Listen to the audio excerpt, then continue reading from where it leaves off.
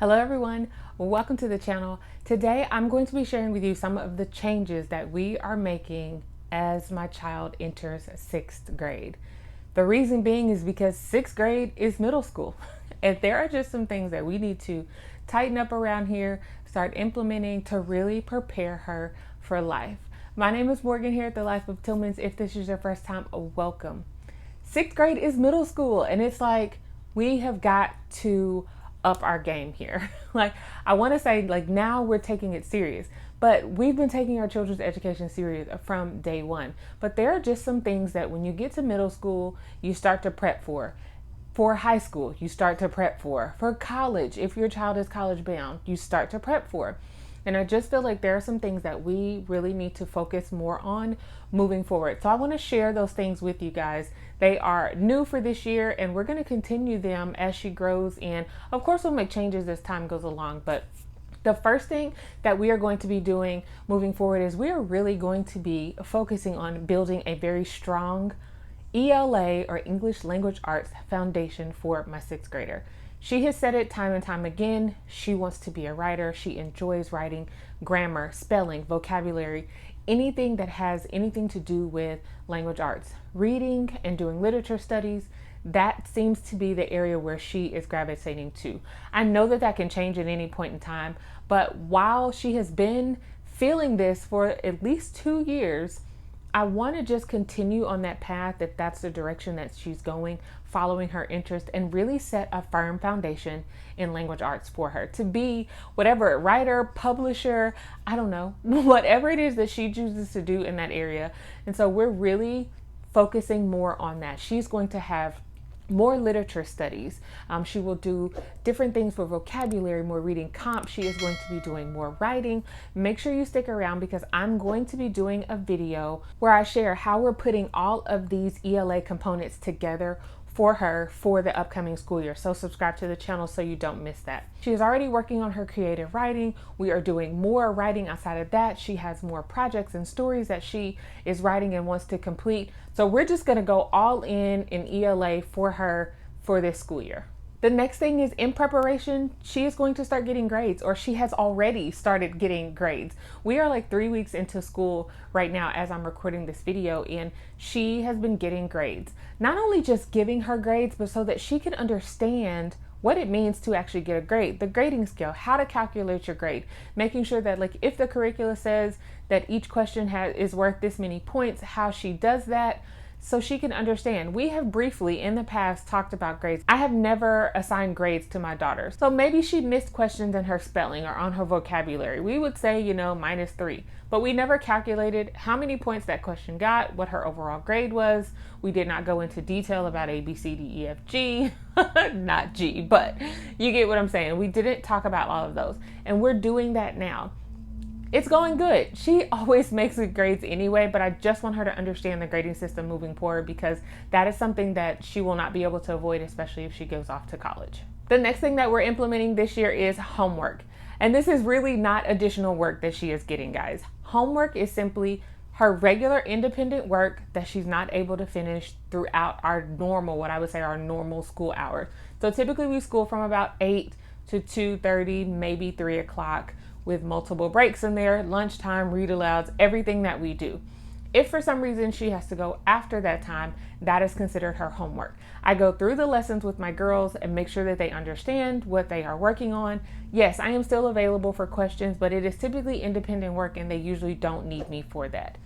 Reason being, we have volleyball, we have games, we have practice, and a lot of times that cuts into our school day, maybe a 2.5 to 3 hour time block, where we are either at volleyball practice or traveling to and from. They're not doing their work, and sometimes that's like 1 to 3 o'clock. So they're not done with what they need to do after volleyball practice or after the games. As a result, she's going to need to finish her schoolwork, and that is what I'm calling homework. In the past, it's just been, don't worry about it, we'll get to that tomorrow, but I don't like that mentality because it's just a put it off type of thing. We do have a very reasonable load. We will be lightening our load as volleyball, we get into it a little bit more, into games and practices throughout the week. But if for some reason she's not able to finish what she has, that turns into homework. The next thing that we're going to be implementing for 6th grade is test prep. We cannot avoid standardized tests. As much as I am not a huge fan of them, they are necessary. If she is going to college, she will have to take standardized tests.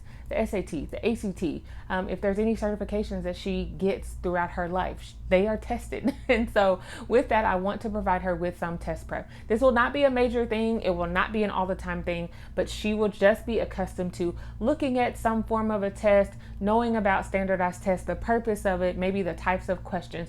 We're going to implement test prep within our home for our 6th grader. Some other things that we're going to be doing just to prepare her for life in general. We are schooling our children not just to educate their minds, but we're also preparing them for the world ahead. Can we prepare them 100% for everything that they're going to encounter in life? No. But having certain skills and abilities are important. I want to help them be able to problem solve and nurture their critical thinking, which brings to my mind, I just did a workshop over at Made to Homeschool about nurturing your children's critical thinking and problem solving skills. We have to do this for our children. So if you're not a member of Made to Homeschool, I'm going to put a link down below. Join Made to Homeschool, where you get access to exclusive content from myself and tons of other creators, things that you will not see here on YouTube. You get the community and everything else that Made to Homeschool has to offer. Videos, content, printables, camaraderie, the community, all of that. But there is content that I share over there that will not come to YouTube. So check out the link down below. If you have any questions, let me know. But I want to prepare our girls to be able to think critically and to be able to problem solve. And so some of those things is preparation.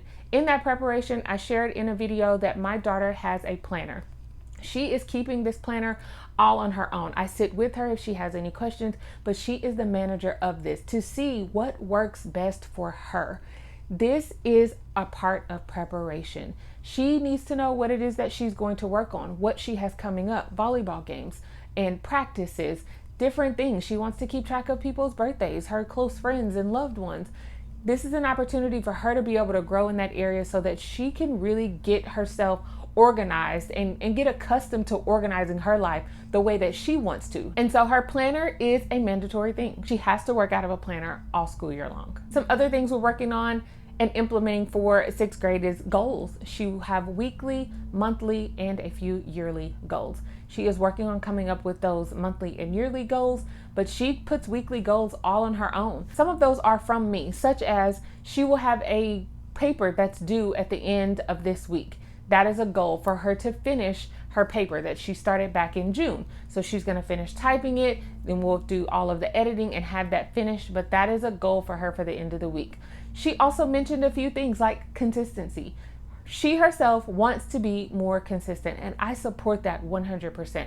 A part of that consistency is she's making sure that she is writing within her planner and keeping track of what she is doing. She's growing up, and these are things that she sees in herself that she doesn't like. She's like, I want to make sure that I'm doing what I'm supposed to do and doing it on a regular basis. She wants to be more efficient with her time, and her having a planner and understanding what it is that she has to do has really helped with that as well. Some other things are freedom of choice. Y'all, I'm kind of releasing a little bit of the reins here. She expressed to me recently that she doesn't really like how we do science. She's not a huge science fan. She's all about the writing and the language arts, that aspect. She's okay with science, but it's not something that she jumps up and down about. So we are trying to come to a happy medium as to how we're going to do science, because normally we do science as a family subject. I don't feel like she's ready to just go off on her own and do science all by herself, but there needs to be some common ground that we can come to where she can do science and still feel good and understand what she's doing and learning, but she doesn't feel like she's chained to a chair to do science experiments with my other two daughters that she really does not enjoy. So freedom of choice and independence are really big for her this year. I get it, and I want to provide that for her with boundaries. And so we're working on the freedom of choice. A part of that is she gets to choose what subjects she wants to work on, when she wants to do them, unless we're doing family subjects and I'll say, okay, it's time for family subjects. We all come together.